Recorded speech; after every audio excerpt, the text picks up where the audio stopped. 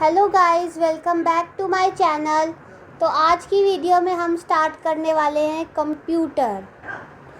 सो first question है, what is the correct order of operations for converting raw input to the meaningful output. तो raw input को meaningful output में convert करने के लिए सबसे पहले क्या होता है, डाटा होता है आपका रॉ इनपुट। फिर हम इसको करते हैं प्रोसेस, डाटा को प्रोसेस किया जाता है और इस ऑर्गेनाइज डाटा को रॉ इनपुट को हम एक मीनिंगफुल आउटपुट यानी कि इंफॉर्मेशन में बदल देते हैं। तो डाटा को प्रोसेस किया और वो बदल गया इंफॉर्मेशन में।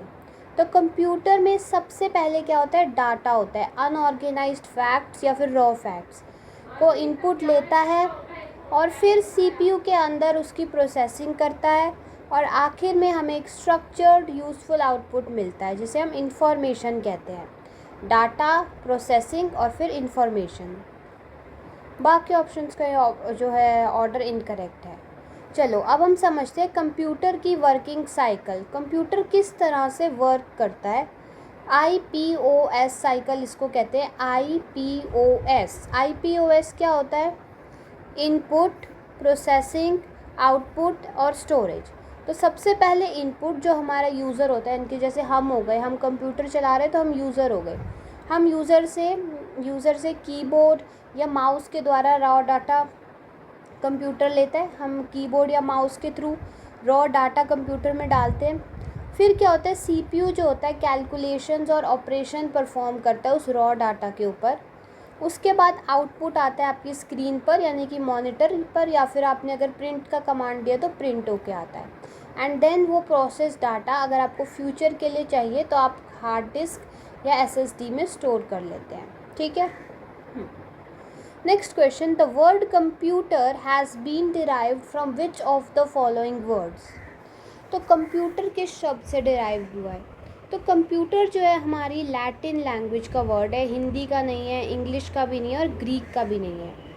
कंप्यूटर शब्द जो है ना एक लैटिन भाषा के शब्द कंप्यूटरे से आया है, कंप्यूटरे, जिसका मतलब क्या होता है, कैलकुलेट करना या फिर गणना। गणना नहीं लिखा, गणना। कैलकुलेट को हिंदी में कहते हैं ना गणना। हाँ, और ये ग्रीक, इंग्लिश, हिंदी ये सब गलत हैं क्योंकि एटिमोलॉजिकली शब्द की उत्पत्ति ओरिजिन लैटिन है। इसको छोड़ो, अब समझ गए ना। ये वर्ड कंप्यूटर वर्ड लैटिन से आया है। ठीक है। तो कंप्यूटर को हिंदी में क्या कहते हैं, संगणक यानी कि गणना करने वाला। चार्ल्स बैबेज कौन है, चार्ल्स बैबेज है father of computer. Alan Turing को father of modern computer science कहा जाता है। Father of computer Charles Babbage and Alan Turing father of modern computer science. ठीक है। Next question, Pascaline is also known as. Pascaline क्या क्या कहते हैं हम, पास्कलाइन होती है adding machine. Add means plus, P for Pascaline, P for plus करने वाली मशीन यानी एडिंग मशीन। तो पास्कलाइन को किसने किया था, ब्लेज पास्कल ने 1642 में बनाया था। कब बनाया था, ब्लेज पास्कल ने 1642 में। ये दुनिया की पहली मैकेनिकल एडिंग मशीन है। ठीक है, यानी कि आप इसमें एडिशन और सब्ट्रैक्शन कर सकते हो, क्योंकि पहले तो बेसिक ही आए थे ना, इसलिए। तो अबैकस क्या है, अबैकस सबसे पहला कैलकुलेटिंग डिवाइस है। ये चाइना ने बनाया था, सबसे पहला कैलकुलेटिंग डिवाइस। डिफरेंस मशीन क्या होती है, ये चार्ल्स बैबेज ने बनाई थी 1822 में। स्टीम ड्रिवन मैकेनिकल कैलकुलेटर था। ठीक है। अर्ली कैलकुलेटिंग डिवाइस देखते तो अबैकस। अबैकस क्या है, सबसे पहला मैनुअल कैलकुलेटिंग फ्रेम है, सबसे पहला। अबैकस आपने देखा होगा, वो बीड्स वगैरह होते हैं ऐसे, इस तरह से ऐसे डंडे लगे होते हैं और उसमें से ऐसे ऐसे ऐसे बीड्स होते हैं। ये अबैकस इसी को कहते हैं ना, बच्चे कैलकुलेट करते हैं, ऐसे कुछ होता है ना बना हुआ। तो अबैकस क्या है, सबसे पहला मैनुअल कैलकुलेटिंग फ्रेम था।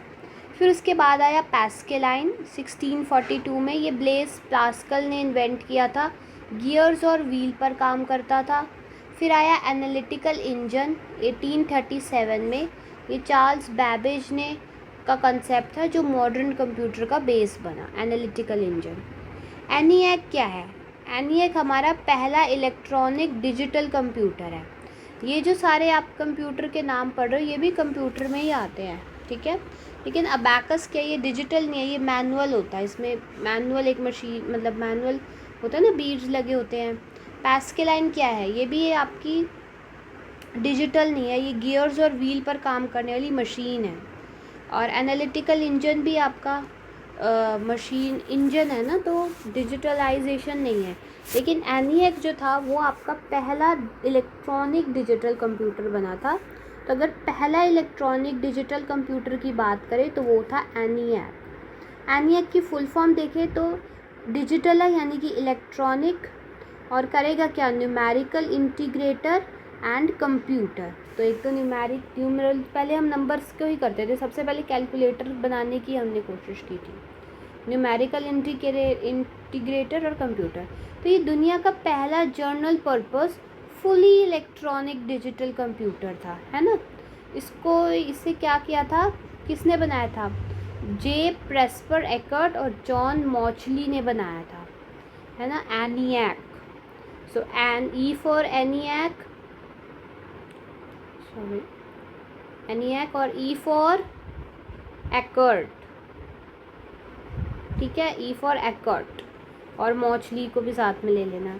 तो ये कोई सिंपल कैलकुलेटर या मेमोरी यूनिट या मैकेनिकल इंजन नहीं था, बल्कि एक फुली फ्लेज्ड कंप्यूटर था, ठीक है ना, फुली फ्लेज्ड कंप्यूटर। तो अब डिजिटल कंप्यूटर्स की बात करें तो सबसे पहले आया एनिएक, पहला general purpose electronic digital computer.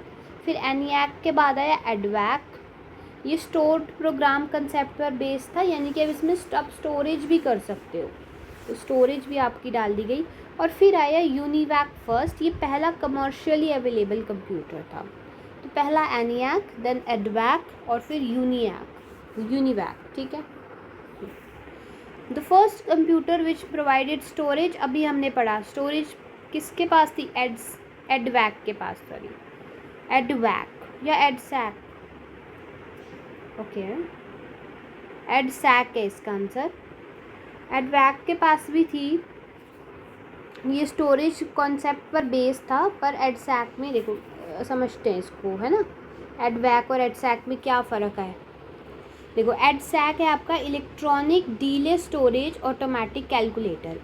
ये पहला ऐसा प्रैक्टिकल कंप्यूटर था जो स्टोर्ड प्रोग्राम कंसेप्ट, ठीक है, जॉन वॉन न्यूमन ने दिया था, को इम्प्लीमेंट करके मेमोरी या स्टोरेज प्रोवाइड करता था। तो ये क्या था? एडसैक, ठीक है। एडवैक क्या है? इसका डिज़ाइन बाद में आया और इसमें भी स्टोरेज कॉन्सेप्ट था, पर पहला प्रैक्टिकल एडसैक था। तो एडवैक में भी था, अगर एडवैक ऑप्शन में होता आप एडवैक ही लिखेंगे, बट एडसैक पहले आया, देन आपका एडवैक आया। तो this is the first and this is the second, ठीक है, स्टोरेज डिवाइसेस के बेसिस पे देखें तो। मार्कवेल क्या है? ये सबसे पहला इलेक्ट्रोमैकेनिकल कंप्यूटर था, IBM द्वारा बनाया गया था, ये electromechanical computer, okay. Analytical engine developed by, analytical engine हमारे चार्ल्स बैबेज ने डेवलप किया। अभी हमने ऊपर पढ़ा था, कहाँ गया, मैंने अभी पढ़ाया, देखो एनालिटिकल इंजन 1837 में चार्ल्स बैबेज का कंसेप्ट था, ठीक है, और यही है हमारे फादर ऑफ कंप्यूटर भी। तो एनालिटिकल इंजन किसने डेवलप किया है? चार्ल्स बैबेज ने। तो चार्ल्स बैबेज ने 1837 में, कब? 1837 में एनालिटिकल इंजन का डिज़ाइन तैयार किया था। इसमें इन्होंने इनपुट, प्रोसेस, आउटपुट, मेमोरी, जो हमारे कोर यूनिट्स होते हैं कंप्यूटर के सिस्टम के, उसका कॉन्सेप्ट था, इसलिए बैबेज को फिर हमने फादर ऑफ कंप्यूटर भी कहा, ठीक है, समझ में आ गया। ब्लेज पास्कल ने क्या बनाया था? पैस्केलाइन बनाया था। एलन ट्यूरिंग ने क्या, एलन ट्यूरिंग कौन है? मॉडर्न कंप्यूटर साइंस और आर्टिफिशियल इंटेलिजेंस के फाउंडर, इन्हें father of modern computer science भी कहते हैं, ठीक है। और डेनिस रिची, इनका काम, इन्होंने सी लैंग्वेज और यूनिक्स ओएक्स का इन्वेंशन किया है, ठीक है। First generation computer are use dash language, तो जो फर्स्ट जनरेशन, अब हम पहले जनरेशन में हम एडवांस नहीं हुए हैं, फर्स्ट जनरेशन है, तो ये फर्स्ट जनरेशन में हमें मशीन्स ही तक ही चलानी आई होंगी ना, हम डिजिटल वे में तो गए नहीं होंगे, डिजिटलाइजेशन पे हम नहीं पहुँचे थे, हमें मशीन्स कैसे, हमें मशीनें बनानी आती थी तो हमने मशीन बना दिया। तो इसलिए पहला जनरेशन कंप्यूटर आपके मशीन लैंग्वेज को यूज़ करता है। देखो ये machine language is different thing, machine नहीं होती वो, कहीं आप समझो मशीन, बट मैंने याद कराने के लिए आपको बस ऐसे बोला है कि उन्होंने मशीन का यूज़ कर दिया, ठीक है। हाँ, machine language is different thing, वो बाइनरी लैंग्वेज होती है जिसको मैं अभी समझाती हूँ आपको, है ना। तो पहली जनरेशन के कंप्यूटर, ऐसा मत सोचना कि मशीन ही थी, वो ऐसा तेल वेल डाल रहे और वो चरखी चल रही है और फैक्ट्री लगी हुई है, वो नहीं, बात नहीं थी, वो डिजिटल कंप्यूटर ही था।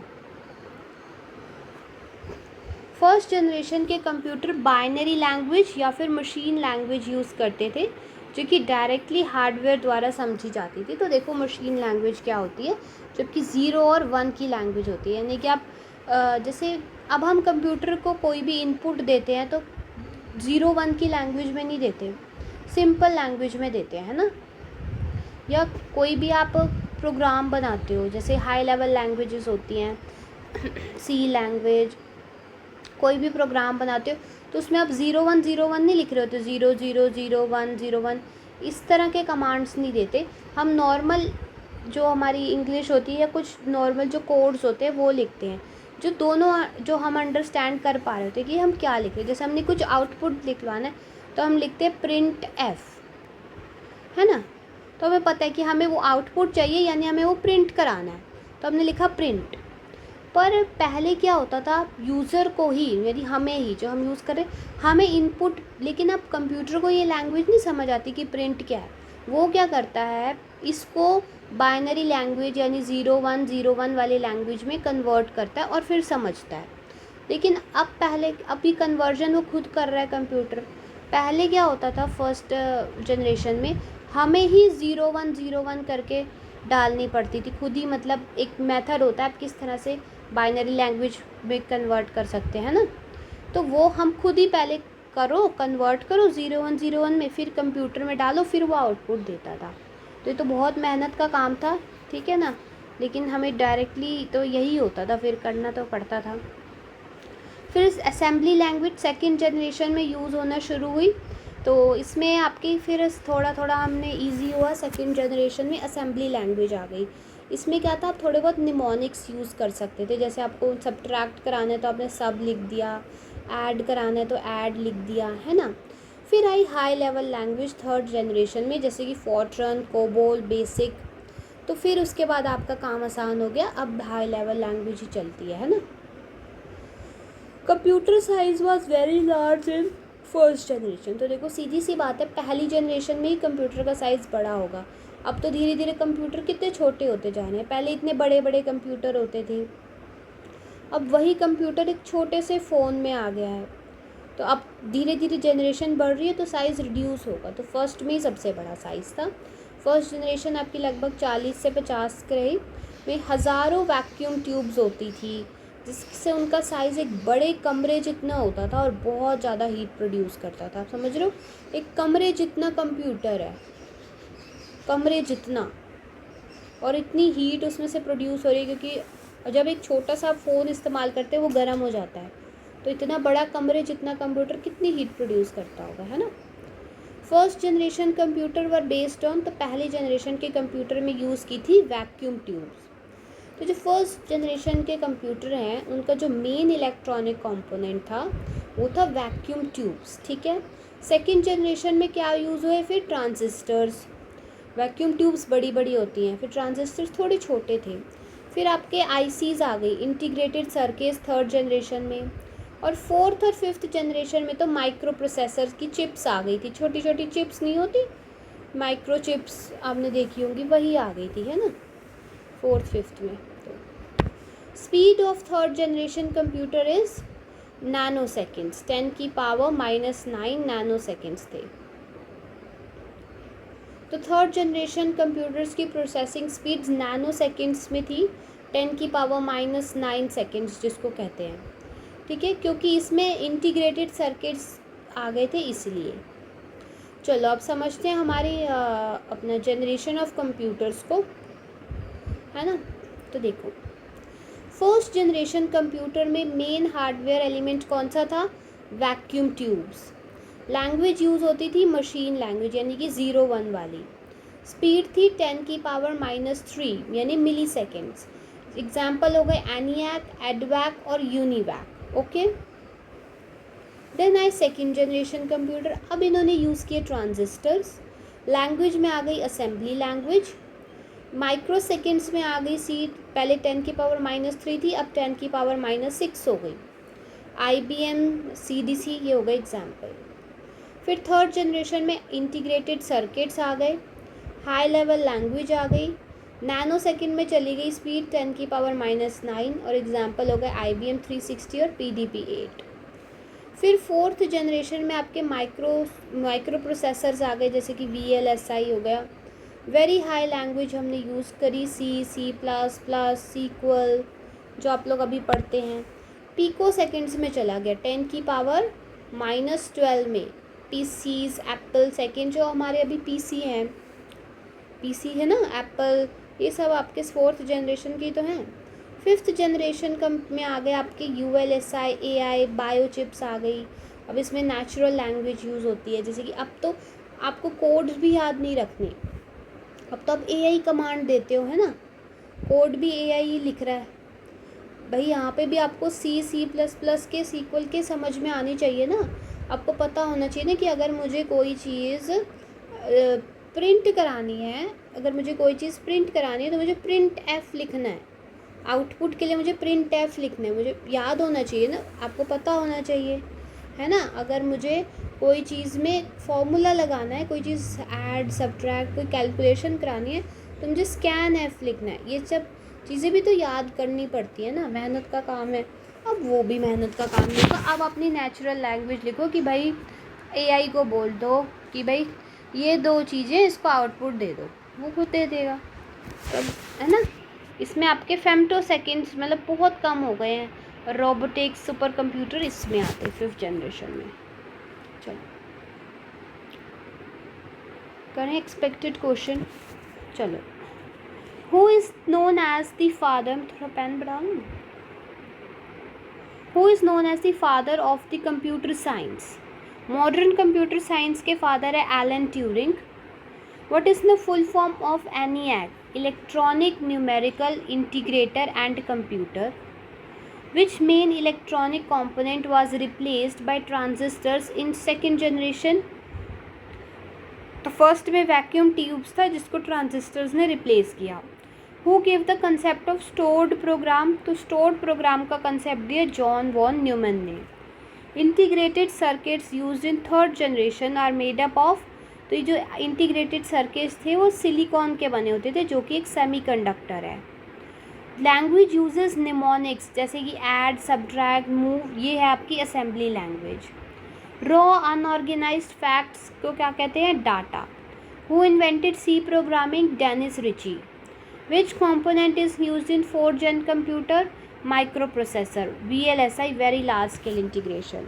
10⁻⁹ किसको कहते हैं? नैनो सेकेंड्स को कहते हैं। ठीक है, क्विक रिवीजन 1 to 10 के। Data processing information, raw facts processing के बाद यूजफुल इंफॉर्मेशन बन जाते हैं। लैटिन ओरिजिन, कंप्यूटर शब्द लैटिन के वर्ड कंप्यूटरे से बना है। पैस्कलाइन, पहली mechanical adding machine Blaise Pascal ने बनाई थी। एनिएक, पहला fully electronic digital computer. EDSAC, storage capability देने वाला पहला कंप्यूटर। चार्ल्स बैबेज, एनालिटिकल इंजन बनाया, father of computer. First generation में vacuum tubes, machine language, large size और मिली सेकेंड्स। सेकेंड जनरेशन में transistors, assembly language, micro seconds. Third generation में ICs, high level language, nano seconds. चलिए,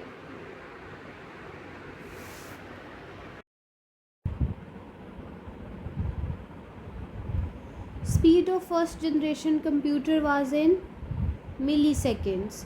तो first generation computer की vacuum tubes का use होता है, जिनकी स्विचिंग स्पीड स्लो थी इनकी प्रोसेसिंग मिली सेकेंड यानी 10⁻³ सेकेंड्स में होती थी। माइक्रो सेकेंड स्पीड थी सेकेंड जनरेशन कंप्यूटर की, और नैनो सेकेंड स्पीड थी थर्ड जनरेशन कंप्यूटर की। ठीक है, तो dash is not a micro processor. Micro processor कौन सा नहीं है इसमें से, सॉरी माइक्रो कंप्यूटर। तो main frame computer micro computer नहीं है।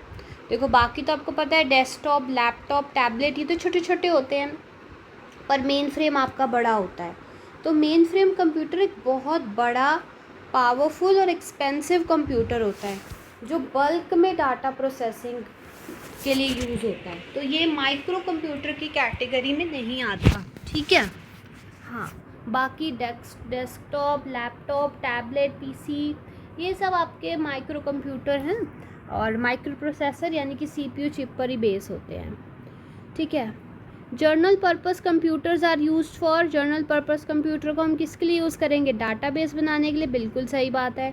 कैलकुलेशन करने के लिए, हाँ। अकाउंटिंग के लिए, हाँ। तो यहाँ सब के लिए करेंगे। तो एक जर्नल पर्पस कंप्यूटर, जो आम कंप्यूटर होते हैं जर्नल पर्पस के, वो होते हैं अलग अलग तरीके के डेली टास्क कर सकते हैं, जैसे कि डाटाबेस बनवाना हो, या मैथ्स की कैलकुलेशन करनी हो, अकाउंटिंग करनी हो, इंटरनेट चलाना वगैरह वगैरह, आप सब कर सकते हो।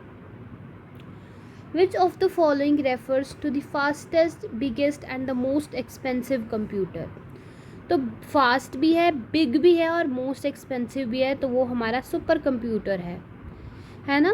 सुपर कंप्यूटर जो है ना गाइस, आपका दुनिया का सबसे तेज़ और बड़ा और महंगा, सुपर है तो फिर सुपर ही होगा ना, और महंगा कंप्यूटर होता है। और इसका यूज़ हम नॉर्मल नहीं करते हैं, नॉर्मली घरों में नहीं करते हैं। वेदर फॉरकास्टिंग हो गई, साइंटिफिक रिसर्च हो गई, स्पेस मिशंस हो गए, इनमें होता है। बाकी आपका नोटबुक, पीसी, लैपटॉप, ये सब तो आपके पोर्टेबल पर्सनल यूज़ के लिए होते हैं ना, और इनकी स्पीड और साइज़ सुपर कंप्यूटर के सामने तो बहुत ही कम होती है। नेक्स्ट क्वेश्चन है, a computer also known as server computer is. तो सर्वर है तो ये मेन फ्रेम चीज़ है। तो देखिए, मेन फ्रेम कंप्यूटर को हम सेंट्रल सर्वर कंप्यूटर के रूप में भी यूज़ करते हैं, जिससे हज़ारों यूज़र्स एक साथ कनेक्ट होकर डाटा एक्सेस कर सकते हैं। लाइक सुपर कंप्यूटर तो देखिए आपका एक कम्प्लेक्स साइंटिफिक कैलकुलेशन के लिए हो गया, और मिनी एंड माइक्रो हो गया पर्सनल यूज़ के लिए। देखो, जो मिनी कंप्यूटर होता है, माइक्रो कंप्यूटर होता है, वो तो सिंपल आपने देखे होंगे, पर्सनल यूज़ के लिए जो होते हैं ना आपके कंप्यूटर्स, वो हो गए, जैसे आपके डेस्कटॉप हो गए, पीसीज हो गए, टैबलेट्स हो गए, लैपटॉप्स हो गए, ये आपके मिनी माइक्रो में आते हैं। ठीक है, सुपर कंप्यूटर आपके बहुत ही ज़्यादा बड़े हो जाते हैं, साइंटिफिक कैलकुलेशंस वगैरह के आते हैं।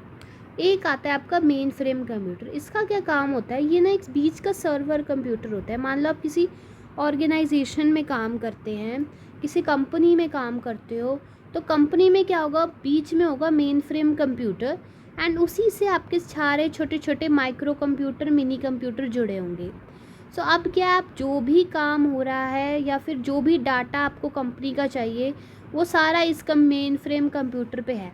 अब एक एक को तो डाटा देते नहीं रहेंगे ना, इसको इस वाले को। अब ये 5 एम्प्लॉय थोड़ा ना होंगे, हज़ारों एम्प्लॉय होती है, कंपनीज बड़ी बड़ी होती है ना, बहुत सारे एम्प्लॉयज़ होते हैं उसमें, तो हर किसी को हम डाटा नहीं प्रोवाइड करेंगे। हमने मेन फ्रेम कंप्यूटर में डाटा डाल दिया, अब वो आपका सर्वर है, आपको अपना डाटा यही मेन फ्रेम कंप्यूटर से ही लेना है और देना भी इसी कंप्यूटर को है।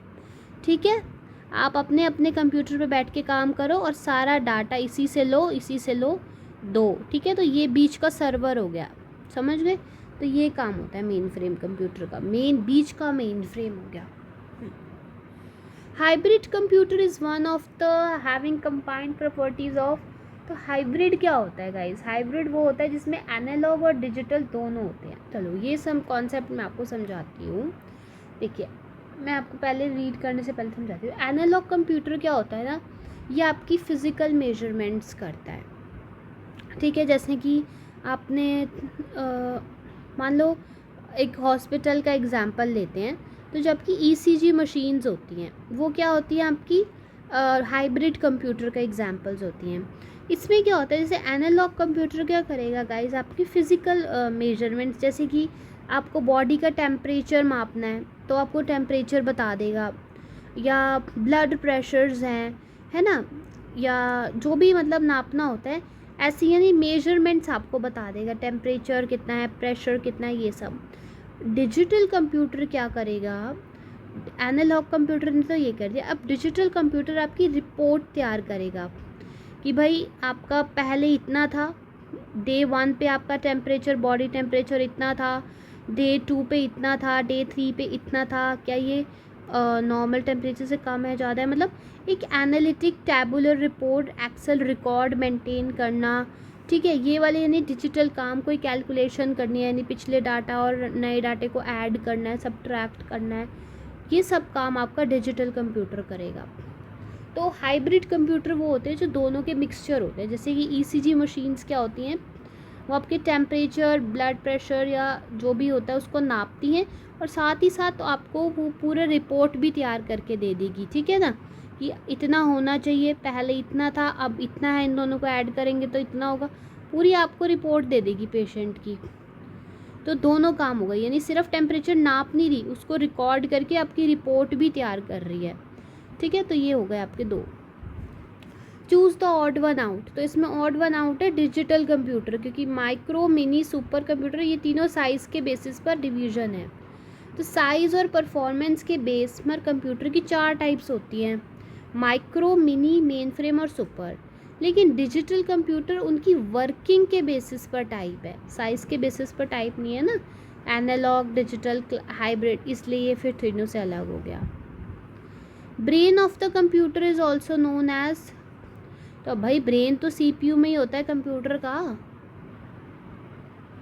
तो सेंट्रल प्रोसेसिंग यूनिट यानी हमारा सीपीयू जो है वो कंप्यूटर का ब्रेन यानी कि दिमाग होता है ना, क्योंकि क्या होता है सारी जितनी भी आपकी प्रोसेसिंग हो गई, एग्जीक्यूशन हो गई, कंट्रोल, सब सीपीयू मैनेज करता है। सीपीयू के बिना आपका कंप्यूटर बस एक ब्लैक स्क्रीन है, ब्लैक, नथिंग एल्स, ठीक है। सीपीयू के पार्ट्स होते हैं जैसे कि एएलयू, ये कंप्यूटर का वो पार्ट होता है जो मैथ्स और लॉजिक कैलकुलेशंस यानी कि अपना करता है, अर्थमेटिक लॉजिकल यूनिट जो मैथ्स की कैलकुलेशंस वगैरह हो गई ना। फिर सीयू क्या होता है, कंट्रोल यूनिट, ये वो पार्ट होता है जो कोऑर्डिनेशन बनाता है ऑपरेशंस के, यानी कि कंट्रोल करता है, कोऑर्डिनेशन बनाता है। एसयू स्टोरेज यूनिट, डाटा को स्टोर करता है, ठीक है ना। The dash is responsible for performing calculation and contains decision making mechanism।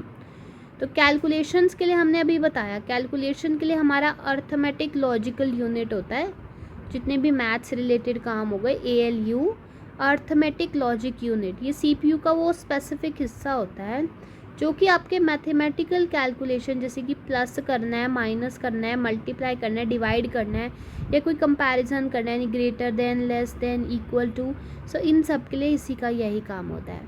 बाकी कंट्रोल यूनिट क्या करेगा, ये आपके कंट्रोल को, फ्लो को कंट्रोल करता है, और मेमोरी यूनिट कहो या फिर स्टोरेज यूनिट कह लो, ये डाटा को टेम्परेरली स्टोर करता है, ठीक है। The unit of storage capacity, तो कंप्यूटर में आपका डाटा स्टोर होता है बिट्स के फॉर्म में, ठीक है ना, बिट्स, हाँ जी। तो कंप्यूटर के जो मेमोरी या स्टोरेज की सबसे छोटी यूनिट होती है बिट्स, यानी कि 0 और 1, बाइनरी डिजिट कहते हैं, बिट आपका बाइनरी डिजिट का एक शॉर्ट फॉर्म है, ठीक है।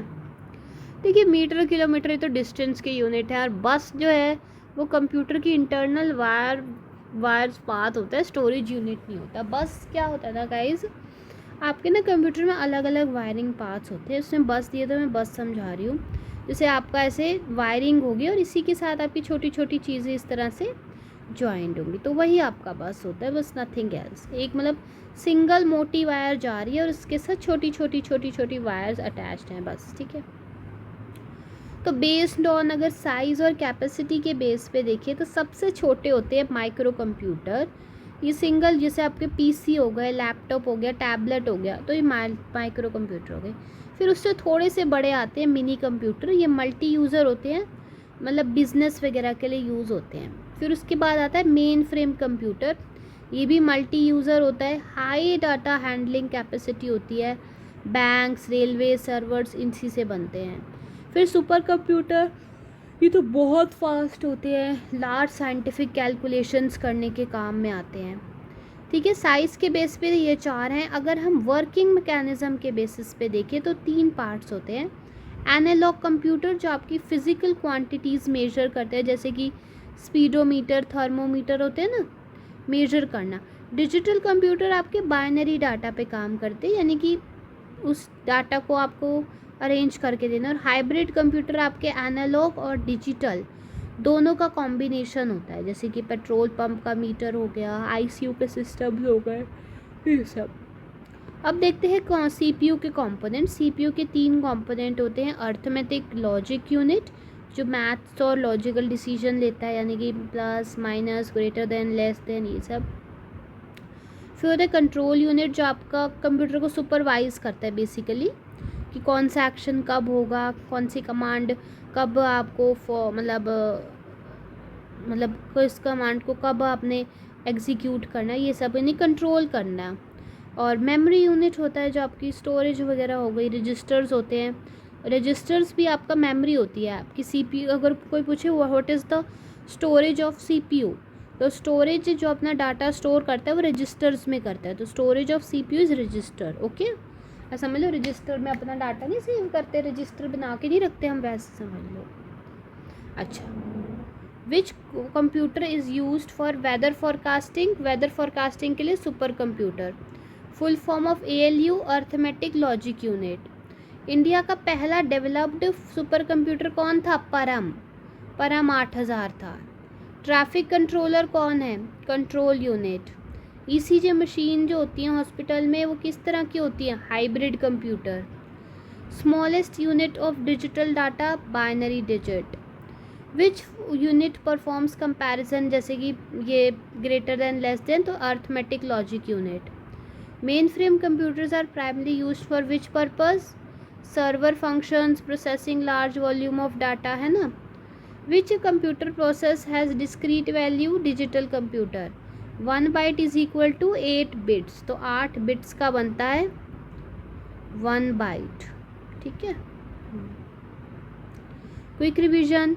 First generation computer milli seconds, micro computer personal device हो गए, जनरल पर्पस कंप्यूटर मल्टीटास्किंग करते हैं, सुपर कंप्यूटर फास्ट है, लार्ज है और एक्सपेंसिव है, main frame computer server computer होता है सेंट्रल डाटाबेस के लिए, हाइब्रिड कंप्यूटर एनालॉग और डिजिटल का कॉम्बिनेशन, ऑड वन आउट कौन सा है? डिजिटल है, ब्रेन ऑफ कंप्यूटर कौन है? CPU, कैलकुलेशन और डिसीजन कौन लेगा? Arithmetic logic unit, storage unit क्या है? Binary digit.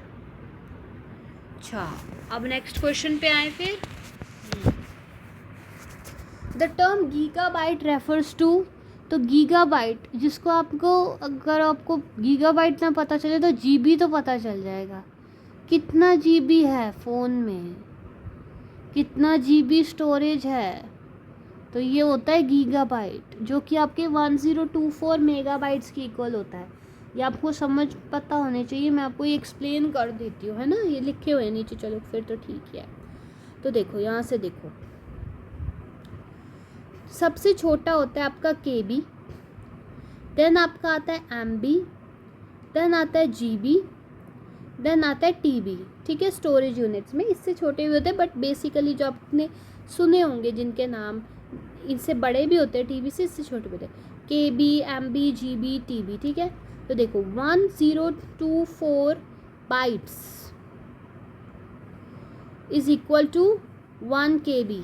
ठीक है, इसी तरह से 1024 KB is equal to 1 MB, 1024 MB is equal to 1 GB and 1024 GB is equal to 1 TB। ठीक है, ये आप देख सकते हैं, है ना, सिंपल है। अ निब्बल इज इक्वल टू कितने बिट्स? निब्बल 4 बिट्स का एक को हम कहते हैं निब्बल। 8 बिट्स को क्या कहते हैं? 1 bite.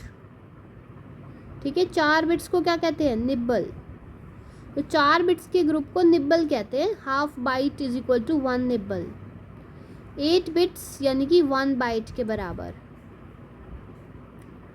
Which of the following group consist of only input device? Input device यानी कि हम इनपुट डाल रहे हैं, माल डाल रहे हैं, तो माउस से हम कमांड डालते हैं, कीबोर्ड से भी हम सामान को डालते हैं, और स्कैनर से भी हम सामान को डालते हैं। तो माउस, कर्सर और स्कैनर ये तीनों ही इनपुट डिवाइस हैं। क्यों? क्योंकि इससे यूज़र डाटा कंप्यूटर में एंटर करता है। मॉनिटर, प्रिंटर, प्लॉटर ये आउटपुट है। मॉनिटर पे हमें इंफॉर्मेशन दिखती है, प्रिंटर से सम पेज बाहर आता है प्रिंट होके। प्लॉटर भी क्या होता है गाइस? प्रिंटर का बड़ा फॉर्म होता है। ये समझो जो बड़े बड़े बैनर्स होते हैं ना, आपने देखे होंगे बैनर्स। अब प्रिंटर तो छोटा सा होता है, A4 साइज शीट, या ज़्यादा से ज़्यादा बहुत भी बड़ा होगा तो A3 साइज शीट प्रिंट कर देगा, है ना। लेकिन जो बड़े बड़े बैनर्स आपने देखे होंगे वो आपके प्लॉटर प्रिंट करते हैं, और छोटी छोटी शीटें आपकी A4 या ज़्यादा से ज़्यादा A3 वो प्रिंटर प्रिंट करता है। इतने बड़े प्रिंटर नहीं आते, प्लॉटर होते हैं वो बड़े बड़े, ठीक है। बड़े बड़े बैनर होते हैं, पूरे पूरे मतलब एक एक छत जितने बैनर होते हैं, बिल्डिंग जितने। तो प्रिंटर थोड़ा ना होते इतने बड़े, वो प्लॉटर होते हैं। वो पेन से काम करते हैं, उसमें पेन लगा होता है, आप शीट लगाओगे, आगे वो प्लॉटर खुद ही ड्रॉ कर देगा, ऐसा कुछ होता है सिस्टम प्लॉटर का, बड़े बड़े होते हैं उसमें। बारकोड रीडर क्या है भाई? बारकोड रीडर भी ना एक इनपुट डिवाइस है। क्यों? क्योंकि वो बारकोड रीड करके आपके कंप्यूटर में जो भी उस बारकोड में इंफॉर्मेशन थी वो इनपुट दे रहा है ना। तो बारकोड रीडर एक ऑप्टिकल इनपुट डिवाइस है जो प्रोडक्ट पर बने बारकोड्स को स्कैन करता है और सीपीयू को डाटा भेजता है फिर।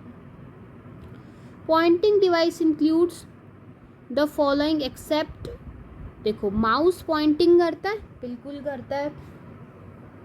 माउस का ही तो कर्सर होता है जिससे हम पॉइंट कर रहे होते हैं, ऐसा बना हुआ। लाइट पेन पॉइंटिंग करता है, बिल्कुल करता है। अभी मैं लाइट पेन से काम कर रही हूँ अपने स्क्रीन पर, तो ये पॉइंट ही तो कर रहा है। Track ball is also a type of a mouse, जो पहले ज़माने में या कह लो अभी भी कुछ पर्पस के गेमिंग्स में कह लो मेरे ख्याल यूज़ होता है।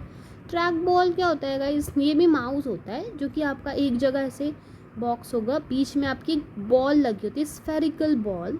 तो आप उस बॉल को अपनी उंगली से जहाँ जहाँ घुमाओगे ना, तो उसी डायरेक्शन में आपका जो स्क्रीन पे कर्सर है वो जाता है। तो वो भी एक पॉइंटिंग डिवाइस हो गया।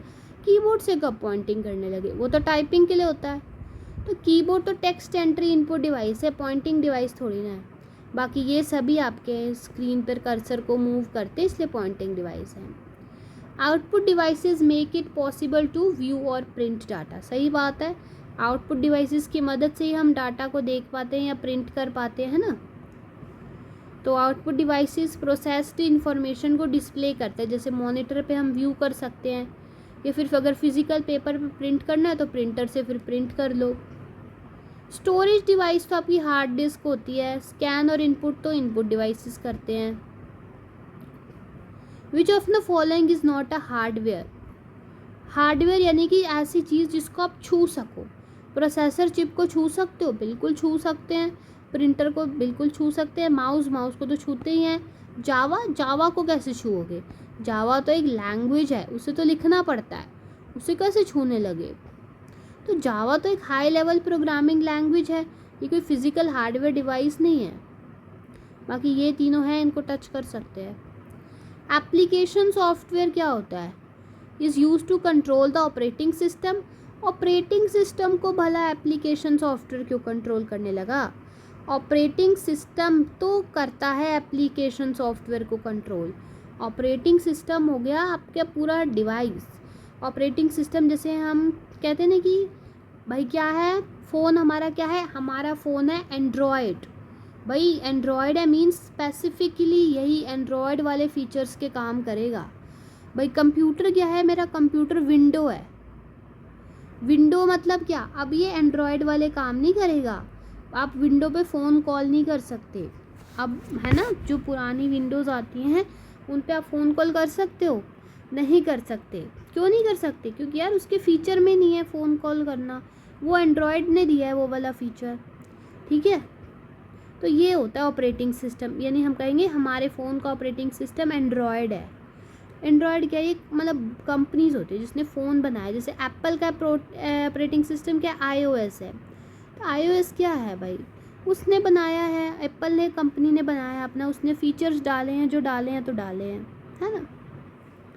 नया ऐप आपको कुछ भी इंस्टॉल, मतलब जैसे अब विंडो है उस पर आप ऐप को इंस्टॉल करना अलग तरीका है। एंड्रॉयड पे ऐप इंस्टॉल करने का अलग तरीका है, तो फ़र्क होता है ना, तो ऑपरेटिंग सिस्टम होता है। तो भाई एप्लीकेशन जो आपकी होगी, यानी आपके इस पे कोई भी एप्लीकेशन है, कोई फ़ोन वाला ऐप है या कोई व्हाट्सएप का ऐप है, कोई भी ऐप है, तो वो थोड़ी ना ऑपरेटिंग सिस्टम को कंट्रोल करता है। ऑपरेटिंग सिस्टम कंट्रोल कर रहा है कि तू डाउनलोड होगा कि नहीं होगा ये वाला ऐप, है ना। एंड्रॉयड बोले नहीं मैं नहीं करने दूंगा व्हाट्सएप डाउनलोड, आप नहीं कर सकते। विंडो वाला बोले मैं नहीं करने दूंगा व्हाट्सएप डाउनलोड, आप नहीं कर सकते, ठीक है ना। अगर उसने अलाउ करेगा वही करेगा, तो ये पहला ऑप्शन गलत है। इस डिज़ाइन टू हेल्प प्रोग्रामर, भाई ये प्रोग्रामर को कहाँ हेल्प करने लगे, प्रोग्रामर ने तो एप्लीकेशन सॉफ्टवेयर को बनाया है, तो वो कैसे हेल्प करेगा। परफॉर्म स्पेसिफिक टास्क, हाँ जी, हम ऐप क्या करते हैं, स्पेसिफिक टास्क परफॉर्म करते हैं। व्हाट्सएप क्या करता है, मैसेज भेजने का काम करता है। मेकिंग डिज़ाइन ओनली, नहीं सिर्फ डिज़ाइन के लिए नहीं होता, आप व्हाट्सएप के डिज़ाइन बनाने के लिए नहीं, आप उससे मैसेज भेज सकते हैं, है ना। तो एप्लीकेशन सॉफ्टवेयर वो प्रोग्राम होते हैं जो यूज़र स्पेसिफिक काम करते हैं। जैसे कि MS वर्ड हो गया, वो आपको वर्ड बनाने में, PDF बनाने में काम करेगा। फ़ोटोशॉप क्या करेगा, फ़ोटो एडिटिंग वगैरह में। वेब ब्राउज़र क्या करता है, आपको कोई भी नेट से सामान ढूंढना है, ब्राउज़ करना है, उसमें गूगल से ब्राउज़ करना है, वो काम करेगा। तो सबके अपने अपने काम होते हैं, है ना। हाँ, सिस्टम सॉफ्टवेयर अब क्या करता है, ये हेल्प करता है computer to manage internal resources. तो सिस्टम सॉफ्टवेयर यानी कि आपका ऑपरेटिंग सिस्टम, जो मैंने अभी बताया है ना, वो कंप्यूटर की हार्डवेयर रिसोर्सेज जैसे कि मेमोरी, CPU, डिस्क, इन सबको मैनेज करता है और एप्लीकेशन सॉफ्टवेयर को चलाने का बेस देता है। ऐप चलाने के लिए बेस देता है ना ऑपरेटिंग सिस्टम, है ना। सॉफ्टवेयर क्या होता है भाई, सॉफ्टवेयर यानी कि प्रोग्राम्स हमारे, हम जब प्रोग्राम लिखते हैं ना हाई लेवल लैंग्वेजेस में, तभी हमारा सॉफ्टवेयर बनता है। जैसे हमें कोई ऐप डिज़ाइन करना है, ऐप सॉफ्टवेयर क्या ऐप ही है, तो हम प्रोग्राम्स लिखते हैं, उन्हीं प्रोग्राम्स से ही वो एप्लीकेशन आपकी बनती है ना।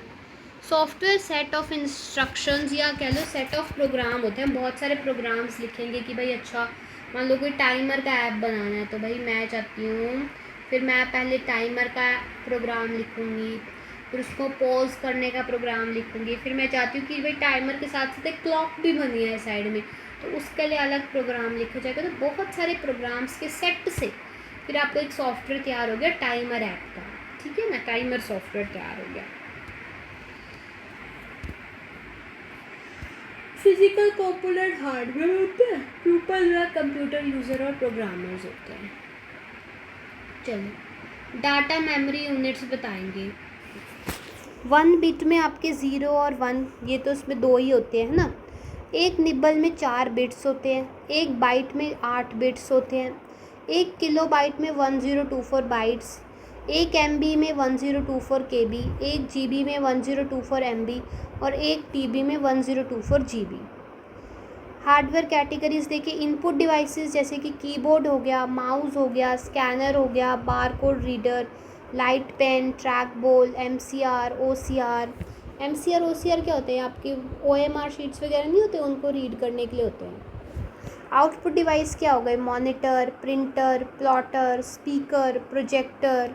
स्टोरेज डिवाइस क्या होते हैं, HDD, SSD, pen drive, RAM, ROM, है ना। सॉफ्टवेयर के बेसिस पे देखें, सिस्टम सॉफ्टवेयर में आपके ऑपरेटिंग सिस्टम जैसे कि window, Linux, device driver, language translators. Application software हो गए आपके यूज़र स्पेसिफिक टूल जैसे कि MS office, VLC, browser, Java app, जितने भी एप्लीकेशंस हो गए, है ना।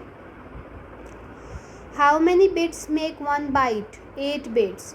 विच device is use to print large architectural design and flex board. Plotter में होता है ना, बड़े बड़े आर्किटेक्चर डिज़ाइन, उसके लिए प्लॉटर होता है। MICR किस लिए होता है, आपके बैंक के चेक्स को रिकॉग्नाइज करने के लिए, magnetic ink character recognition.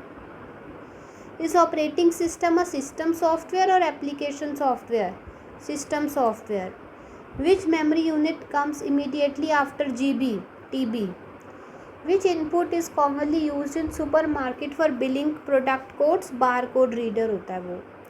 Is monitor a soft copy और hard copy, soft copy output device। Monitor पे जो आपको मिलती है कॉपी, आपको सॉफ्ट कॉपी मिलती है, हार्ड कॉपी तो आपको कौन देगा, प्रिंटर देगा। We call physical parts of a computer as hardware. How many bytes in 1 kilobyte? 1024 bytes.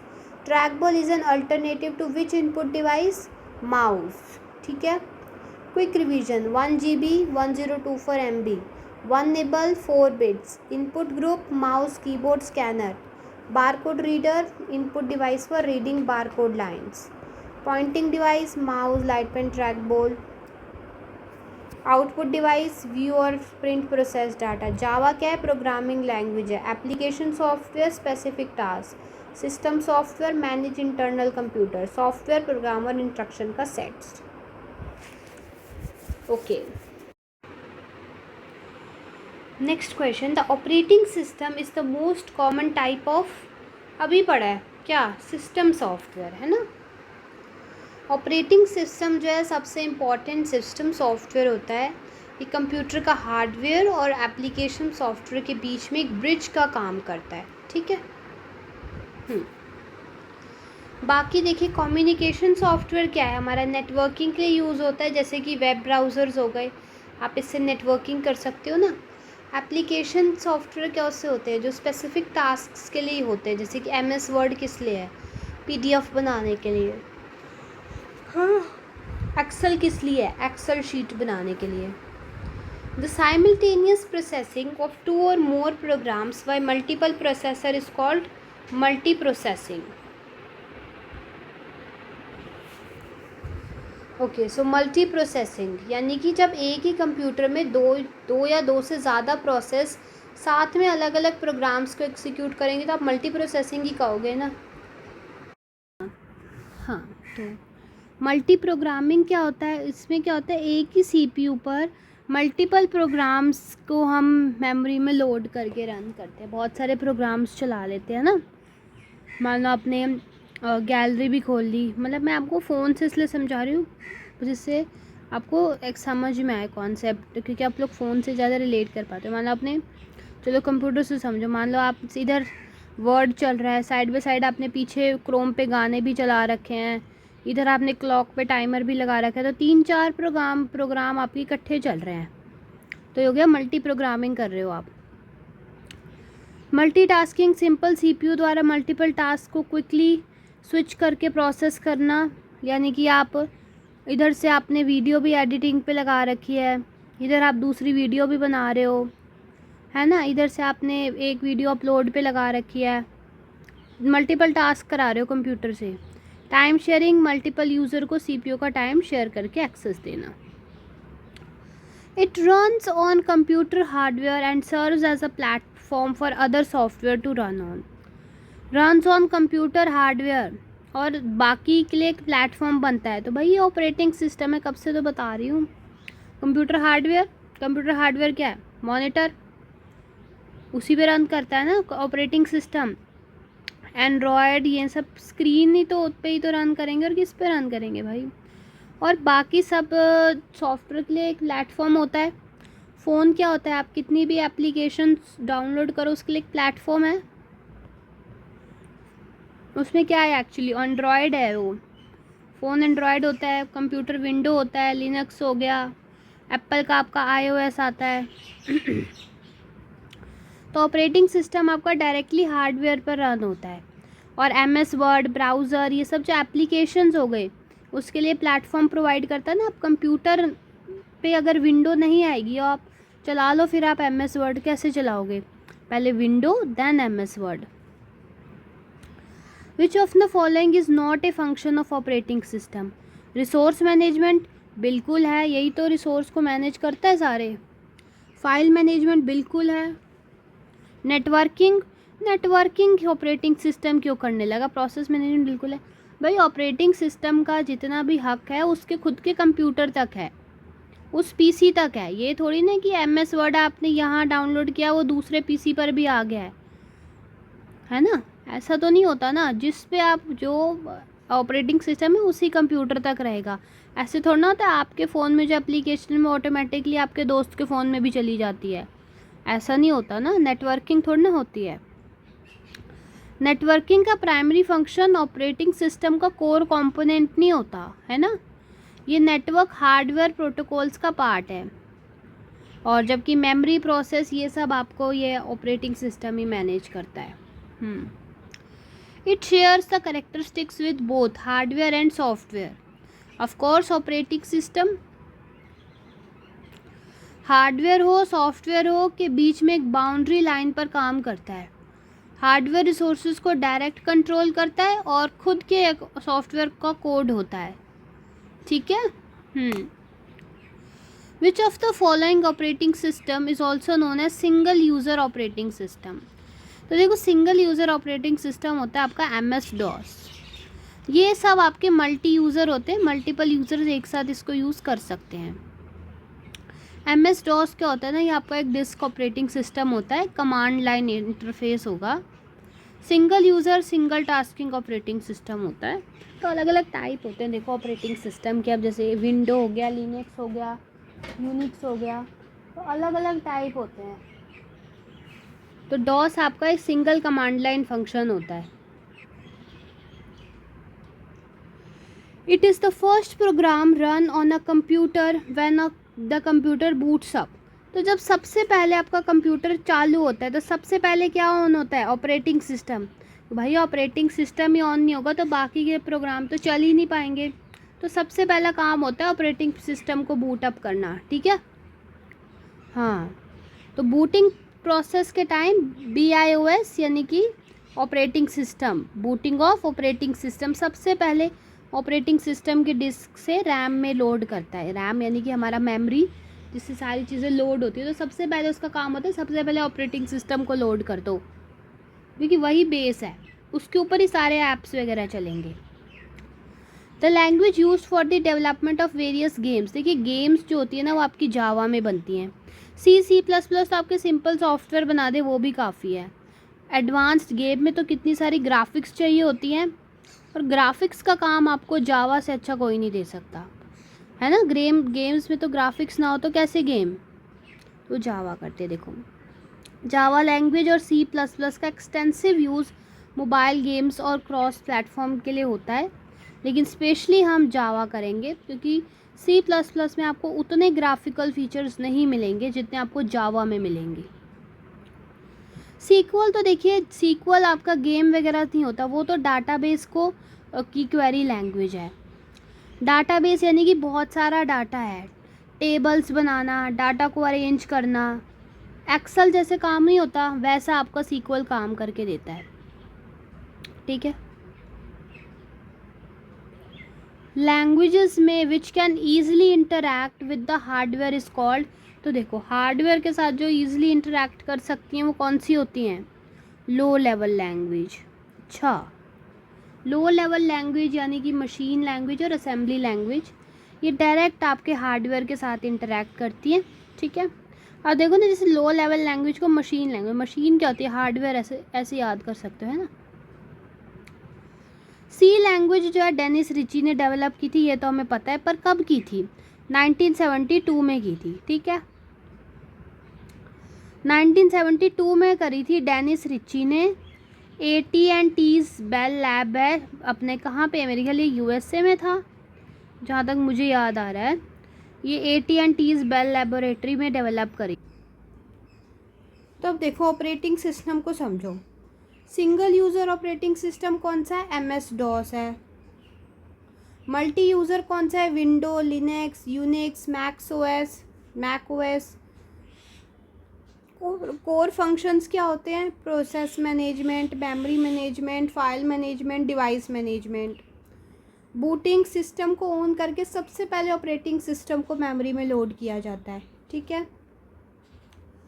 Generation of computer language, low level में मशीन लैंग्वेज, हाई लेवल में थर्ड जनरेशन के बाद आई, और C लैंग्वेज का ओरिजिन डेनिस रिची ने किया 1972 में बेल लैब में। What is the full form of MS-DOS? Microsoft Disk Operating System. Who invented C language in which year? Dennis Ritchie in 1972. Which process loads the operating system into RAM when computer is turned on? Booting. Is Unix a single user और multi user operating system? Multi user operating system. Which software translator convert high level language to machine language? Interpreter. Line by line, इसमें भी देखो समझो थोड़ा. Line by line आपका interpreter करता है, और एक ही बारी पे अगर हाई लेवल को मशीन लैंग्वेज में कन्वर्ट करना हो एट वंस, तो उसका वो कंपाइलर का काम है. What type of interface does MS DOS use? MS DOS आपका करता है कमांड लाइन इंटरफेस. ठीक है. What type of interface window use? Graphical user interface. Execution of multiple tasks on multiple CPUs simultaneously, multiprocessing. Which language is directly understood by computer hardware? Machine language. Operating system अभी बताया essential होता है system software platform और application software के लिए. Multi processing, भाई एक ही बारी पे बहुत सारे प्रोसेस चल रहे हैं. ऑपरेटिंग सिस्टम के फंक्शन क्या होते हैं? Resource, file and processor management. MS DOS क्या है आपका? सिंगल यूज़र ऑपरेटिंग सिस्टम है, CLI पे बेस्ड है. Booting first main program load होता है कंप्यूटर स्टार्टअप पे, वो आपका ऑपरेटिंग सिस्टम होता है. लो लेवल लैंग्वेजेस क्या होती हैं? इंटरेक्ट कर लेती हैं directly and easily with the hardware. C language क्या है? डेनिस रिची ने बनवाई थी, 1972 में बनवाई थी, बेल लैब्स में बनवाई थी. अब रह गए आपके 50, 60, 70 यानी 30 question, right. What is the shortcut key to display open dialog box? Open dialog box के लिए शॉर्टकट की क्या होती है? F12, शिफ्ट F12 या Alt F12? इनमें से तो बेटा कोई भी नहीं लग रही मुझे, है ना. ओपन डायलॉग बॉक्स चाहिए ना, ओपन करना है. ओपन करने के लिए आप लगाओ Ctrl+O या फिर Ctrl+F12. जितनी भी गाइस आपकी मैक्सिमम शॉर्टकट कीज़ होती है ना, वो कंट्रोल से होती हैं. तो सबसे पहली बात तो यहाँ पे कंट्रोल ही मिसिंग है, तो वो भी एक ध्यान देना. तो F12 से सेव होती है, सेव एज बॉक्स खुलता है. शिफ्ट F12 से सेव होती है फाइल. ठीक है. हाँ, और कंट्रोल F12 से आपका ओपन होगा. F12 से क्या खुलेगा? Save as dialogue box. F12 Shift+F12 से सेव होगी, और Alt+F12 से तो VBA रिलेटेड एक्शंस होते हैं, उसको आप छोड़ दो. न्यू फाइल ओपन करनी है MS वर्ड में, क्या करोगे? Ctrl+N कर दो, न्यू आ गया, है ना. Ctrl+X से क्या होता है? कट हो जाता है. Y से क्या होता है? रीडू. V से क्या होता है? पेस्ट. MS वर्ड क्या है भाई? MS वर्ड हमारा वर्ड प्रोसेसिंग का एक सॉफ्टवेयर है ना, जिसमें हम डॉक्यूमेंट, लेटर, रिपोर्ट, टेक्स्ट सब क्रिएट और एडिट कर सकते हैं. टेबुलर डाटा फॉर्मेटिंग कौन देता है? एक्सेल देता है. प्रेजेंटेशन सॉफ्टवेयर कौन है? Power point. ईमेल क्लाइंट कौन है? MS outlook. ये MS एक्सेल की में किस एक्सटेंशन से होती है फाइल सेव? एक्सेल की आपकी होती है XLSX से सेव होती है फाइल एक्सटेंशन से. तो देखो 2007 और उसके बाद के सभी वर्जन में जो डिफ़ॉल्ट आपकी एक्सटेंशन होती है वो XLSX होती है. ठीक है. ओल्डर वर्जन में पहले XLS होता था, अब आपकी एक्सेल फाइल इस वर्जन में सेव होती है. Group of worksheet is known as workbook. Yes, worksheet की ग्रुप को क्या कहेंगे? वर्कबुक. ठीक है ना. मल्टीपल वर्कशीट्स जो होती हैं उसके ग्रुप को हम वर्कबुक कह देते हैं. विच of the following is a basic software of MS office? MS office का बेसिक सॉफ्टवेयर क्या है? MS ऑफिस में MS वर्ड होता है, हाँ जी होता है. एक्सेल होता है, होता है. पावर पॉइंट होता है, होता है. सब होते हैं, हाँ सब होते हैं. तो देखो MS ऑफिस प्रोडक्टिविटी सूट का मुख्य कोर कंपोनेंट वर्ड, एक्सेल और पावर पॉइंट है. हम इन तीनों पे काम करते होंगे आप लोग. ऑफिस MS ऑफिस की तो है ये तीनों, है कि नहीं है? हैं, और नहीं तो क्या. नेक्स्ट क्वेश्चन देखो. इसमें पेन यूज़ नहीं करी, मुझे लग रहा है पेन से थोड़ी खिचड़ी सी बन जाती है, इसलिए ऐसे साफ साफ लग रहा है. Which shortcut key is use to print the document, print करना है, पी फॉर प्रिंट तो कंट्रोल पी दबा दो, ठीक है। तो डॉक्यूमेंट या स्प्रेडशीट को अगर आपने प्रिंट करना है तो क्या करोगे, कंट्रोल पी यूज़ कर लोगे, ठीक है। बाकी कंट्रोल डी क्या करते हो, dialog box, font dialog box के लिए यूज़ होता है। ए किस लिए होता है, सिलेक्ट ऑल के लिए। सी किस लिए होता है, कॉपी करने के लिए सिलेक्टेड टेक्स्ट को, ठीक है। Next question, which software is use to create presentation, presentation बनानी है तो हमने खोला पावर पॉइंट। तो स्लाइड शो हो गया या विजुअल मल्टीमीडिया प्रेजेंटेशन बनाने के लिए हम खोलते हैं पावर पॉइंट को, ठीक है।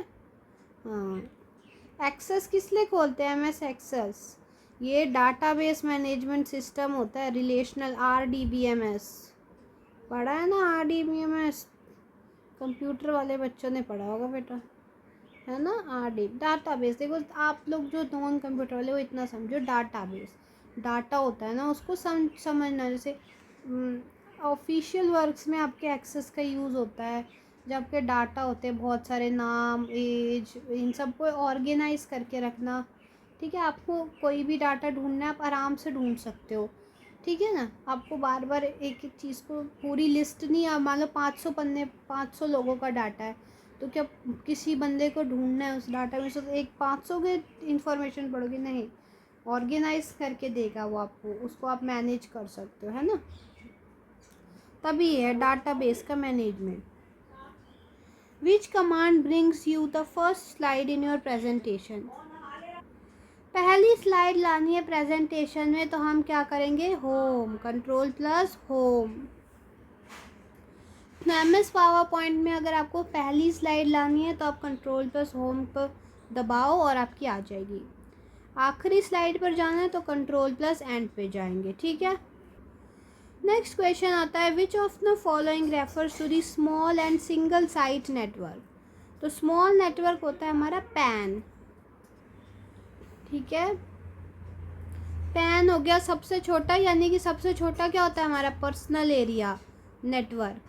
छोटा सा होता है, सिंगल यूज़र के लिए होता है, वायरलेस या वायर्ड हो सकता है, सब ज़्यादा से ज़्यादा 10 मीटर तक फैलेगा। जैसे कि हमारे ब्लूटूथ डिवाइस होते हैं, 10 मीटर के बाद ब्लूटूथ कनेक्ट नहीं होता। बाकी DSL क्या होता है, डिजिटल सब्सक्राइबर लाइन। रैम होती है आपकी प्राइमरी मेमोरी, और आपको USB तो पता ही होगा, यूनिवर्सल सीरियल बस।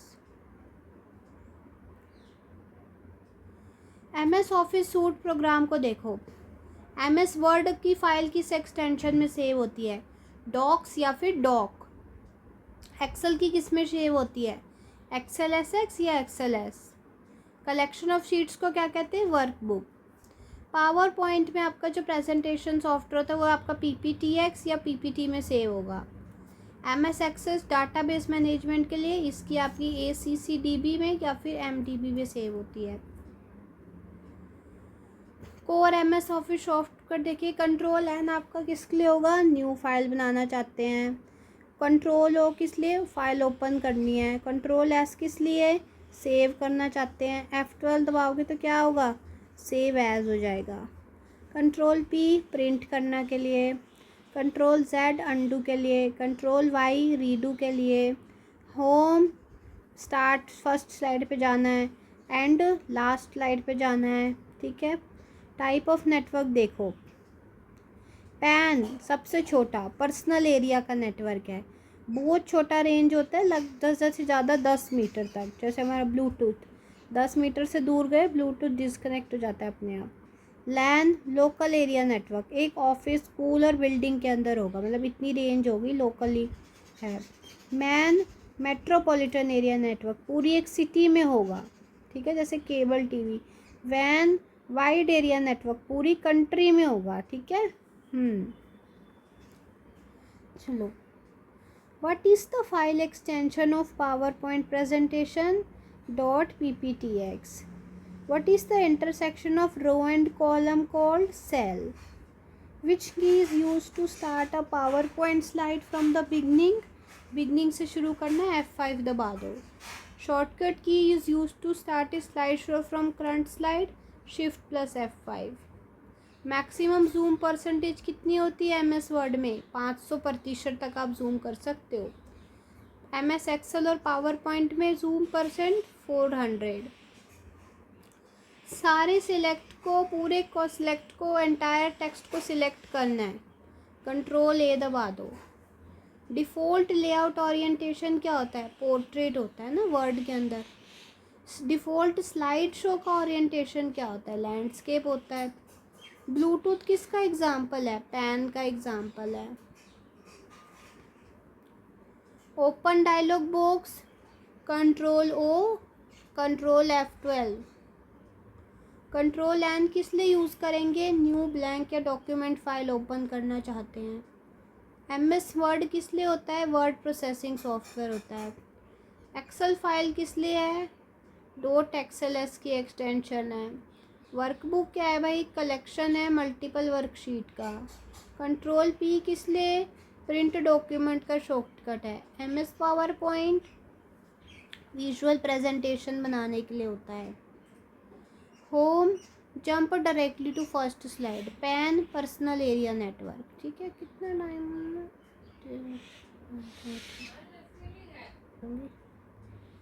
Okay, next question. 2 और more computers connected to each other for sharing information.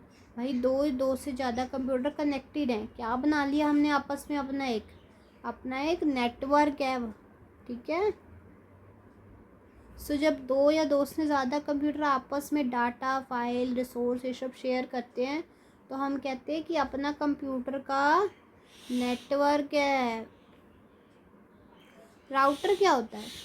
ये तो एक नेटवर्किंग डिवाइस है जो पैकेट्स को अलग नेटवर्क के बीच में रूट करता है। सिंपल सी बात है। राउटर क्या करता है? पैकेट्स होते हैं, जैसे हमारे ना डाटा ट्रांसमिशन के यूनिट्स होते हैं। पैकेट्स के फॉर्म में आपका डाटा जा रहा है, हम पैकेट्स के फॉर्म में कहते हैं कि डाटा किस फॉर्म में जा रहा है? पैकेट्स के फॉर्म में, ठीक है। ये नहीं पैकेट में बंद है, ऐसा कुछ नहीं होता, नाम है उसका डाटा का। तो दिखता ही कहाँ है आपको? वाईफाई आता है राउटर से, आपको दिखाई देता है वाईफाई आपके फ़ोन तक आ रहा है। रेडिएशन है। तो सर्वर क्या होता है? सेंट्रल कंप्यूटर होता है, ठीक है। Choose the correct answer of the networks according to their decreasing order of size. सबसे बड़ा कौन सा होता है? Wide area network. हाँ जी। फिर हम ये वाला आंसर है, ये वाला है, एक मिनट। वाइड एरिया नेटवर्क, फिर मेट्रोपॉलिटन यानी सिटी में आ गए, फिर लोकल स्कूल वगैरह में आ गए, फिर पैन, फिर अपने पर्सनल में आ गए, ठीक है। सबसे बड़ा वाइड एरिया नेटवर्क वैन, फिर मैन मेट्रोपॉलिटन, फिर लैन लोकल वाले, फिर पैन पर्सनल एरिया वाले। Home page of a website क्या होता है? होम पेज हमारा फर्स्ट पेज होता है, सिंपल। तो किसी भी वेबसाइट को ओपन करने पे जो सबसे पहले मेन पेज लोड होता है वो होम पेज होता है और वही फर्स्ट पेज होता है। इंटरनेट से क्या अलाउ करता है भाई? Send electronic mail. हाँ जी, इंटरनेट की मदद से हम मेल भेज सकते हैं। वेब पेज देख लो, देख सकते हैं। कनेक्ट टू सर्वर कर सकते हैं, सब कर लो। सो इंटरनेट की मदद से हम ईमेल भेज सकते हैं, वेब पेजेस ब्राउज़ कर सकते हैं और दुनिया भर के सर्वर से कनेक्ट कर सकते हैं, ठीक है। Which is not a feature of internet? Email, news groups, chat, designing. Designing कहाँ से इंटरनेट करने लगा? डिज़ाइनिंग तो एक इंडिविजुअल सॉफ्टवेयर एप्लीकेशन का टास्क है, ये इंटरनेट का कोर कम्युनिकेशन फीचर नहीं है। ईमेल, न्यूज़ ग्रुप, चैट ये सब तो हैं फिर भी। Protocol consist of TCP/IP। कौन सा प्रोटोकॉल होता है? TCP/IP। समझो अब आगे। तो इंटरनेट पर डाटा ट्रांसमिशन के लिए सबसे बेसिक और स्टैंडर्ड प्रोटोकॉल जो यूज़ होता है वो होता है आपका ट्रांसमिशन कंट्रोल प्रोटोकॉल या फिर internet protocol. The vast network of computer that connects millions of people all over the world is called. बताओ। इंटरनेट बेटा। इंटरनेट ही तो है जो मिलियन ऑफ पीपल को आज कनेक्ट करके घूम रहा है। दुनिया भर के मिलियन ऑफ कंप्यूटर और नेटवर्क को आपस में ग्लोबली इंटरकनेक्शन इंटरनेट की मदद से ही तो मिल रहा है। हाइपर टेक्स्ट क्या है? ऐसा टेक्स्ट जिसमें दूसरे टेक्स्ट के पेजेस या लिंक्स होते हैं। हाइपर टेक्स्ट मतलब ये होता है जैसे कि आप कभी वर्ड डॉक्यूमेंट देखो, कोई आपका नोटिफिकेशन आता है तो उसमें लिखा होता है ना कि to fill the form you can visit this link, और वो लिंक होता है ब्लू, आप उस पर क्लिक करो वो लिंक वेबसाइट खुल जाती है ना, वो लिंक खुल जाता है। वर्ड का डॉक्यूमेंट है वो, ठीक है, PDF है आपके पास, लेकिन उसमें से भी आपका लिंक खुल गया तो उसी को हम हाइपर, यानी वो टेक्स्ट को हमने हाइपर टेक्स्ट कर दिया था। जो लिंक का टेक्स्ट हमने लिखा ना, हाइपर हो गया था वो, उस पर क्लिक किया वो चल गया, हाइपर एक्टिव हो गया है ना। FTP क्या होता है? FTP गाइज होता है आपका फाइल ट्रांसफ़र प्रोटोकॉल। तो देखिए FTP ये नेटवर्क पर एक कंप्यूटर से दूसरे कंप्यूटर में फाइल्स अपलोड या डाउनलोड करने के लिए यूज़ होता है। Sending a email is similar to writing a letter आप पे हाथ से लिखते हो, आजकल टाइप करके ईमेल भेज देते हैं। ईमेल भेजना ट्रेडिशनल पोस्टल लेटर लिखने जैसा ही है, बस ये आपका डिजिटल मीडियम है और वो आपका टाइम टेकिंग मीडियम है। Which of the following e-commerce encompasses all electronic transactions of goods services conducted between companies? वो होता है B2B। अब देखो मैं आपको ना थोड़ा समझाती हूँ ये B2B क्या होता है, C2C, B2G ई-कॉमर्स में होता है ये, है ना। मैं आपको समझाती हूँ क्या होता है, रुको। सो देखो B2B आपका होता है बिजनेस टू बिजनेस, इसको कहते हैं। जब कंपनीज के बीच में ट्रांजैक्शन होती है तो हम इसको बिजनेस टू बिजनेस कहते हैं। अब मैं आपको समझाती हूँ क्या होते हैं आपके। देखो 3-4 होते हैं, ध्यान से समझना।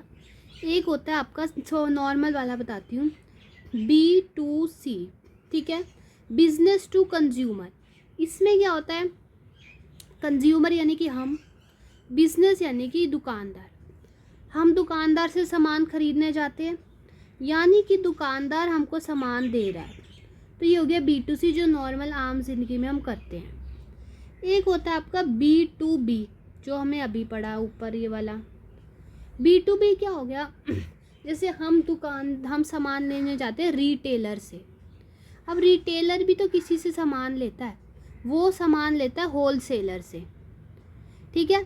होलसेलर भी एक बिजनेसमैन है, रिटेलर भी बिजनेसमैन है, तो बिजनेसमैन ही बिजनेसमैन से सामान ले रहा है, तो B2B हो गया, ठीक है। अब एक आता है C2C। अब कंज्यूमर ही कंज्यूमर से सामान हो रहा है, जैसे कि OLX होता है। OLX जैसे क्या होता है, मैं एक कंज्यूमर हूँ, मैं कोई बेचने वाली नहीं हूँ, पर मैंने एक दुकानदार से सामान खरीदा था, एक पेन खरीदा था। अब मुझे वो पेन पसंद नहीं तो मैं दूसरे बंदे को बेच दूँ, कंज्यूमर को ही बेच दूँ। मैं कोई प्रोफेशनल बिजनेसमैन नहीं हूँ, है ना, और ये ख़रीदने वाला भी बिजनेसमैन नहीं है। मेरे पास सामान था, मैंने अपने पड़ोसी को बेच दिया तो इसमें कोई बिजनेसमैन का रोल नहीं आया, कोई वो अपने प्रॉफिट नहीं काटेगा। मेन डायरेक्टली सामान बिक गया, या फिर अगर मैं किसी दुकानदार को देने जाऊँ फिर वो अपना प्रॉफिट रखेगा, फिर वो कंज्यूमर को देगा, तो लंबा प्रोसेस है। सीधा कंज्यूमर ने कंज्यूमर को दे दिया, है ना। ऐसे और भी बहुत सारे होते हैं, जैसे B2G हो गया, जो बिजनेसमैन गवर्नमेंट को, सरकार को प्रोवाइड कराते हैं। अब सरकार को भी तो चाहिए होते हैं, ऑफिस में स्टेशनरी चाहिए, कितनी सारी चीज़ें चाहिए होती हैं, बल्ब, इलेक्ट्रिसिटी का सामान, टेबल, कुर्सियाँ, तो ये भी तो किसी बिजनेसमैन से ख़रीदते हैं, तो वो हो गया आपका, ठीक है। अब समरी बढ़ते हैं। टाइप्स ऑफ नेटवर्क तो पढ़ा दिए थे, है ना। प्रोटोकॉल देख लो, एक TCP/IP आपका फंडामेंटल कम्युनिकेशन प्रोटोकॉल होता है। FTP आपका फाइल ट्रांसफ़र के लिए हो गया। HTTP आपका hyper text transfer protocol, web page transfer के लिए। होम पेज वेबसाइट का पहला पेज। ई-कॉमर्स के मॉडल मैंने आपको अभी समझा दिए सारे। फुल फॉर्म TCP/IP की, transmission control protocol. Which protocol is used for securely transmitting web pages? HTTPS. Domain name extension for educational institution, educational के लिए एजू होती है। Who is known as the inventor of WWW world wide web, तो Tim Berners Lee ने करा था invent world wide web को, 1989 में किया है। URL की फुल फॉर्म क्या होती है? Uniform resource locator. OLX eBay क्या है? C2C है, कंज्यूमर टू कंज्यूमर है। Which device connect to different network operating on different protocol? Gateway. Gateway के थ्रू आप कनेक्ट कर सकते हो ना, है ना। HTTP की full form hyper text transfer protocol. Port number कितना होता है HTTP का? 80। पोर्ट नंबर यानी कि जैसे FM ले लो, FM में होता है ना, FM 99 पे ये वाला चैनल आएगा, FM 108 पे ये वाला चैनल आएगा। ऐसे ही इंटरनेट भी एक बहुत बड़ा सर्वर है ना, बहुत वाइड सर्वर है, तो उसमें HTTP को 80 नंबर का पोर्ट मिला है, समझ गए। What is the unique numerical address assign to every device? IP address. Network क्या है? Interconnected computer sharing data and resources. Decreasing size में वैन, MAN, LAN, PAN. Home page, पहला पेज। Internet feature, email, web browsing, server connection, chats. TCP/IP क्या है? Standard communication protocol. Internet क्या है? World wide network connected computers का। FTP file transfer protocol. Email आपके लेटर जैसी होती है। B2B business to business, companies के बीच में होता है। टाइप्स ऑफ E-कॉमर्स सभी हैं, अभी पढ़ाई है आपको सारी टाइप्स मैंने। फायरवॉल क्या है भाई? Screening packets from network and provide controllable filtering of network traffic. तो देखिए क्या होता है फायरवॉल, ये एक सिक्योरिटी सिस्टम होता है, यानी फायर की वॉल आगे हमने लगा दी, सिक्योरिटी सिस्टम लगा दी, जो आने जाने वाले नेटवर्क ट्रैफिक और पैकेट्स की पहले जांच करता है, और फिर अनऑथराइज्ड एक्सेस हो तो उसको रोक लेगा, यानी फ़िल्टर करके आपको देगा। जंक ईमेल को हम क्या कहते हैं? स्पैम। स्पैम आया है भाई, स्पैम तो बिना मांगे आने वाली ईमेल, ठीक है, या फिर कमर्शियल एडवर्टीजमेंट ईमेल होती है, उनको स्पैम या जंक ईमेल कहते हैं। स्पूफिंग क्या होता है? अपनी पहचान छिपाकर किसी और होने का नाटक करना। ये साइबर फ्रॉड का एक टाइप है कि कोई लड़की है, वो लड़का बन के अपनी यानी पहचान, असली पहचान छुपाकर लूट रही है, ठग रही है, तो वो स्पूफिंग कर रही है। स्पूलिंग क्या होता है? प्रिंट जॉब क्यू में रखना, यानी कि प्रिंट आपने दे के रख दिया है, वो अभी क्यू में है, अपना जैसे ये टास्क कंप्लीट होगा आपकी प्रिंट हो जाएगा वो टास्क, तो उसको स्पूलिंग कहते हैं। डिजिटल सिग्नेचर क्या है? इनक्रिप्टिव इंफॉर्मेशन है। इसमें क्या होता है? एक क्रिप्टोग्राफिक वेरिफिकेशन मैकेनिज़्म है, जिसमें अब इंक्रिप्शन टेक्निक से डिजिटल डॉक्यूमेंट की ऑथेंटिसिटी और इंटीग्रिटी को प्रूव करता है। जैसे आपने कभी भी आजकल आप फॉर्म वगैरह भरे ना, तो आपका आता है डिजिटल सिग्नेचर कर दो, तो क्या आप वो आपके लिए स्क्रीन खुल जाती है और उस पर आपको भाई यहाँ पे उंगली से सिग्नेचर करने पड़ते हैं? नहीं, ऐसा नहीं होता। डिजिटल सिग्नेचर जब वो मांगता है, वो क्या करता है? वो आपसे बोलता है कि आप डिजिटल सिग्नेचर किससे करना चाहेंगे, आधार कार्ड से या उससे अपने पैन कार्ड से? तो आप कहते हैं आधार कार्ड से, तो आधार कार्ड के नंबर डालो, OTP भेजेगा आपके फ़ोन पे, वो आपका डिजिटल सिग्नेचर हो गया। डिजिटल सिग्नेचर ये नहीं है कि आपकी स्क्रीन खुलेगी, आपने साइन करने शुरू कर दिए, नहीं, ऐसा नहीं होता। डिजिटल सिग्नेचर यानी कि आपका वो आपकी आइडेंटिटी को वेरिफिकेशन करेगा, तो एक क्रिप्टोग्राफिक वेरिफिकेशन मैकेनिज़्म है, जबकि इंक्रिप्शन टेक्निक का यूज़ करके डिजिटल डॉक्यूमेंट की ऑथेंटिकेशन को प्रूव करता है, ठीक है। वायरस, ट्रोजन हॉर्स और वॉर्म, ये क्या है? ये हमारे कंप्यूटर को हार्म करने वाले सिस्टम हैं। वायरस, ट्रोजन, वॉर्म, ये सब मैलिशियस सॉफ्टवेयर होते हैं, कंप्यूटर सिस्टम को करप्ट कर देता है, स्लो कर देता है, मेमोरी डैमेज कर देता है। वॉर्म क्या होता है? वॉर्म स्वयं रेप्लिकेट, यानी एक चीज़ आ गई ना, मतलब एक फ़ाइल आ गई जिसमें वॉर्म है, अब वो फाइल अपने आप दूसरी रेप्लिकेट कॉपी उसकी आती जाएगी, इतनी सारी एक जैसी फाइल्स हो जाएंगी कि सारा डाटा भर जाएगा, मेमोरी भर जाएगी, चीज़ ख़राब, फ़ोन ख़राब आपका। ट्रोजन क्या होता है? फेक दिखने वाला नुकसानदेह प्रोग्राम। फेक प्रोग्राम्स होते हैं, आपको दिखते रहेंगे ये प्रोग्राम ये प्रोग्राम ये प्रोग्राम, चलाओगे तो कुछ होगा ही नहीं उसमें। Fake programmes. पासवर्ड से क्या मदद मिलती है? आप कॉन्फिडेंशियली फाइल्स, कॉन्फिडेंशियलिटी रहती है आपके फाइल्स की, है ना। क्या होता है? अनऑथराइज्ड एक्सेस से बचा देती है वो फाइल्स को, आपकी कॉन्फिडेंशियलिटी, सीक्रेसी रहती है, मेंटेन रहती है पासवर्ड से। It is an act of intruding into someone else computer. किसी के कंप्यूटर में आप घुसने की कोशिश कर रहे हो, यानी हैकिंग के थ्रू आपने किसी की डिवाइस को हैक कर दिया, अब आप उसके कंप्यूटर में देख सकते हो क्या हो रहा है। तो बिना परमिशन के किसी दूसरे के कंप्यूटर में जा रहे हो, हैकिंग कर रहे हो। क्रैकिंग क्या होता है? मैलिशियस इंटेंट के साथ सॉफ्टवेयर प्रोटेक्शन को तोड़ना। एडवेयर, स्क्रीन पर अनवांटेड एडवर्टीजमेंट दिखाना। स्पाईवेयर, सीक्रेटली यूज़र की एक्टिविटी पर नज़र रखना। टाइप्स ऑफ मालवेयर देखो। वायरस, वायरस क्या होता है? होस्ट फाइल के साथ अटैच होता है, फाइल्स को करप्ट कर देता है। वॉर्म क्या होता है? अपनी ही बार बार कॉपी कर करके बहुत सारी फाइल्स बना के मेमोरी फुल कर देता है। ट्रोजन क्या होता है? एक ऐसा ऐप बन जाता है और अपना बैकडोर से एंट्री करके, लेकिन फॉल्स होता है, होता नहीं वो असली में। स्पाईवेयर क्या होता है? सीक्रेटली यूज़र की पर्सनल इन्फॉर्मेशन और पासवर्ड को स्टील करता है। साइबर डिफेंस टूल, फायरवॉल, है ना, वो फ़िल्टर करेगा जो भी चीज़ आ रही है। एंटीवायरस लगा लो, डिजिटल सिग्नेचर से आपकी डॉक्यूमेंट वेरिफिकेशन हो जाती है। Full form of malware, malicious software. Malware replicates itself without needing any host file. worm,